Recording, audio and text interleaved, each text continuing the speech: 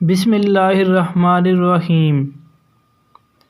ثالثاً پچھلے 4 رکوع میں نوع انسانی کو دعوت عام دیتے ہوئے جو کچھ کہا گیا تھا اسی کے سلسلے میں ایک خاص قوم کی معین مثال لے کر بتایا جا رہا ہے کہ جو قوم خدا کی بھیجی ہوئی ہدایت سے منہ موڑتی ہے اس کا انجام کیا ہوتا ہے۔ اس توضیح کے لیے تمام قوموں میں سے بنی اسرائیل کو منتخب کرنے کی وجہ یہ ہے کہ دنیا میں صرف یہی ایک قوم ہے جو مسلسل 4000 برس سے تمام اقوام عالم کے سامنے ایک زندہ نمونہ عبرت بنی ہوئی ہے۔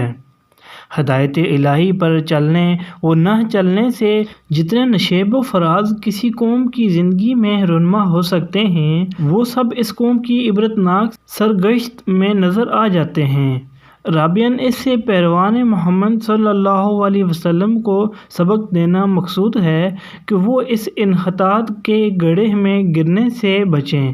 جس میں پچھلے انبیاء کے پیرو گر گئے۔ یہودیوں کی اخلاقی کمزوریوں، مذہبی غلط فہمیوں اور اعتقادی و عملی گمراہیوں میں سے ایک کی نشاندہی کر کے اس کے بالمقابل دین حق کے مقتضیات بیان کیے گئے ہیں تاکہ مسلمان اپنا راستہ صاف دیکھ سکیں اور غلط راہوں سے بچ کر چلیں۔ اس سلسلے میں یہود و نصارہ پر تنقید کرتے ہوئے قرآن جو کچھ کہتا ہے اس کو پڑھتے وقت مسلمانوں کو نبی صلی اللہ علیہ وسلم کی وہ حدیث یاد رکھنی چاہیے جس میں آپ نے فرمایا ہے کہ تم بھی آخرکار پچھلی امتوں ہی کی روش پر چل کر رہو گے،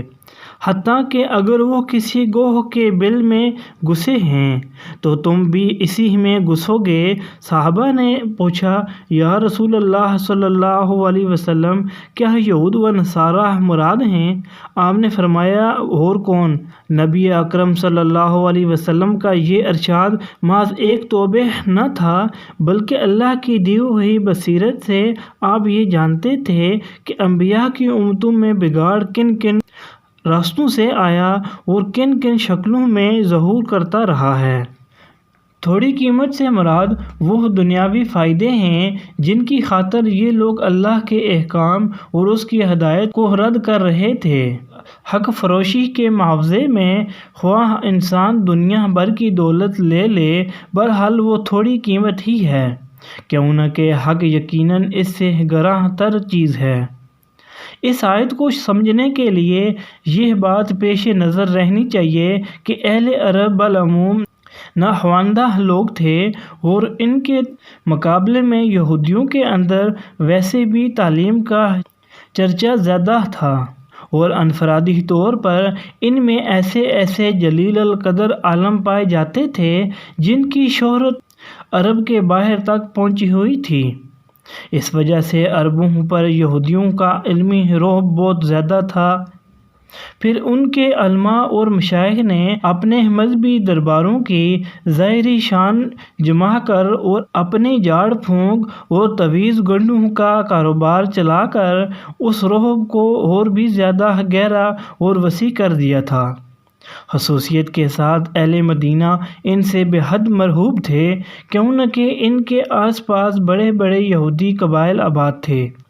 رات دن کا ان سے میل جول تھا اور اس میل جول میں وہ ان سے اسی طرح شدت کے ساتھ متاثر تھے جس طرح ایک ان پڑھ آبادی زیادہ تعلیم یافتہ، زیادہ متمدن اور زیادہ نمایاں مذہبی تشخص رکھنے والے امساحوں سے متاثر ہوا کرتی ہے۔ ان حالات میں جب نبی صلی اللہ علیہ وسلم نے اپنے آپ کو نبی کی حیثیت سے پیش کیا اور لوگوں کو اسلام کی طرف دعوت دینی شروع کی تو قدرتی بات تھی کہ ان پڑھ عرب اہل کتاب یہودیوں سے جا کر پوچھتے کہ آپ لوگ بھی ایک نبی کے پیرو ہیں اور ایک کتاب کو مانتے ہیں، آپ ہمیں بتائیں کہ یہ صاحب جو ہمارے اندر نبوت کا دعویٰ لے کر اٹھے ہیں ان کے متعلق اور ان کی تعلیم کے متعلق آپ کی کیا رائے ہے؟ چنانچہ یہ سوال مکے کے لوگوں نے بھی یہودیوں سے بارہا کیا۔ اور جب نبی صلی اللہ علیہ وسلم مدینہ تشریف لائے تو یہاں بھی بکثرت لوگ یہودی علماء کے پاس جا جا کر یہی بات پوچھتے تھے، مگر ان علماء نے کبھی لوگوں کو صحیح بات نہ بتائی۔ ان کے لیے یہ کہنا تو مشکل تھا کہ وہ توحید جو محمد صلی اللہ علیہ وسلم پیش کر رہے ہیں غلط ہے، یا انبیاء اور کتب آسمانی اور ملائکہ اور آخرت کے بارے میں جو کچھ آپ کہہ رہے ہیں اس میں کوئی غلطی ہے، یا وہ اخلاقی اصول جن کی آپ تعلیم دے رہے ہیں ان میں سے کوئی چیز غلط ہے۔ لیکن وہ صاف صاف اس حقیقت کا اعتراف کرنے کے لیے بھی تیار نہ تھے کہ جو کچھ آپ پیش کر رہے ہیں وہ صحیح ہے۔ وہ نہ سچائی کی کھلی کھلی تردید کر سکتے تھے، نہ سیدھی طرح اس کو سچائی مان لینے پر آمادہ تھے۔